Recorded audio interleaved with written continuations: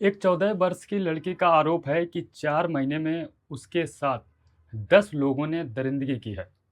Police ने इस case में 11 लोगों को गिरफ्तार भी किया है। आखिर कैसे हाई फाई जिंदगी जीने के सपने देखने के चक्कर में एक लड़की फंसती चली गई और हवस का शिकार हो गई। जानने के लिए वीडियो को पूरा देखिएगा।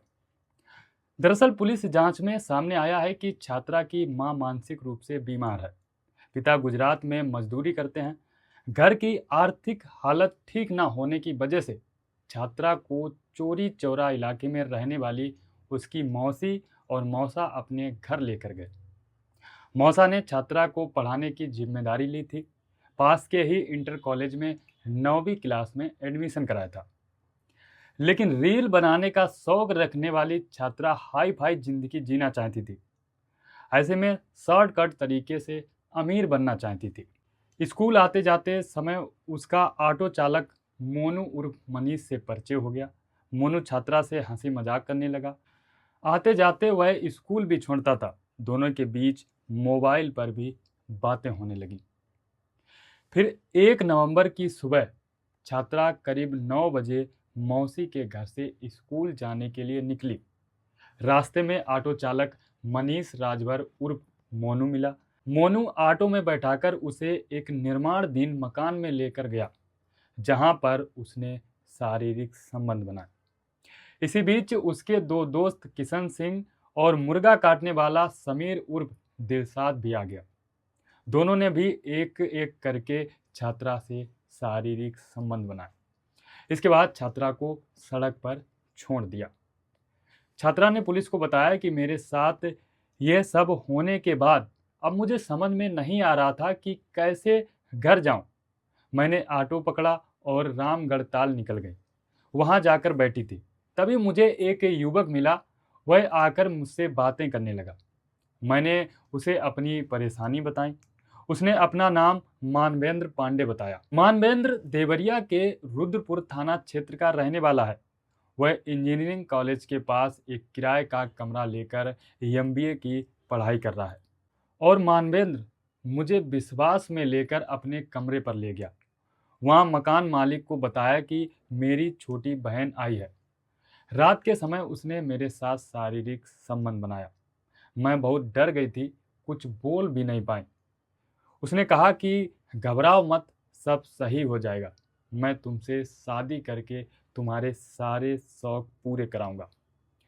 इस तरह मैं उसके साथ किराए के कमरे में 1 महीने तक रही। इसके बाद वह मुझे सड़क पर छोड़कर कहीं चला गया। लौटकर वापस नहीं आया। छात्रा सड़क पर इधर उधर घूम रही थी। इस दौरान उसकी मुलाकात रुस्तमपुर में रहने वाले शादीशुदा व्यक्ति रोहित साहनी से हुई। रोहित विश्वास में लेकर छात्रा को अपने घर ले गया। वहां पर पत्नी निशा चौहान से मुलाकात करवाई। छात्रा ने बताया कि यहाँ भी रोहित साहनी दूसरे ही दिन उसके साथ रेप करने लगा। वहीं पत्नी निशा गलत काम करने का दबाव बनाती थी। निशा चौहान ने दबाव बनाकर कुछ लोगों के साथ सोने पर मजबूर किया था। लड़की का कहना है कि मैं वहां से किसी तरह भागकर निकली तो फुट हवा इनार के पास मुझे ऑटो चालक मुकेश गौड़ मिला। मुझे मुकेश ने अपने साथ रखा और शादी का झांसा दिया। उसने मेरी मांग में सिंदूर भर दिया। इसके बाद वह चौरी चौरा क्षेत्र के होटल में मुझे पत्नी बनाकर ले जाता था। वहां करीब 4-4 घंटे रहकर मेरे साथ शारीरिक संबंध बनाता था। इस तरह जहां भी गई वहां मेरे साथ गलत ही हुआ। किसी को भी मेरे ऊपर दया नहीं आई। अब मैं आगे का भविष्य सोचकर परेशान हूँ। इतना सब कुछ होने के बाद भला कौन मुझसे शादी करेगा और कौन मुझे स्वीकार करेगा? ये कहना है उस पीड़ित नाबालिग बच्ची का। चौरी चौरा पुलिस ने बुधवार को मधुबन होटल संचालक धर्मराज यादव, किशन सिंह, समीर उर्फ दिलसाद, मनीष राजभर उर्फ मोनू को गिरफ्तार कर जेल भेज दिया था। इसी क्रम में पुलिस ने गुरुवार को देवरिया रुद्रपुर के एमबीए की पढ़ाई करने वाले मानवेंद्र पांडे, रामगढ़ ताल के रुस्तमपुर निवासी रोहित साहनी, रोहित की पत्नी निशा चौहान, चौरी चौरा के आकाश गौड़, हरमेंद्र जायसवाल और रेस्टोरेंट संचालक अजय निषाद और शरण देने के आरोप में नीतू उर्फ रिया शुक्ला को गिरफ्तार कर जेल भेज दिया है। पुलिस की माने तो इस मामले की जांच चल रही है, आगे और भी नाम सामने आ सकते हैं।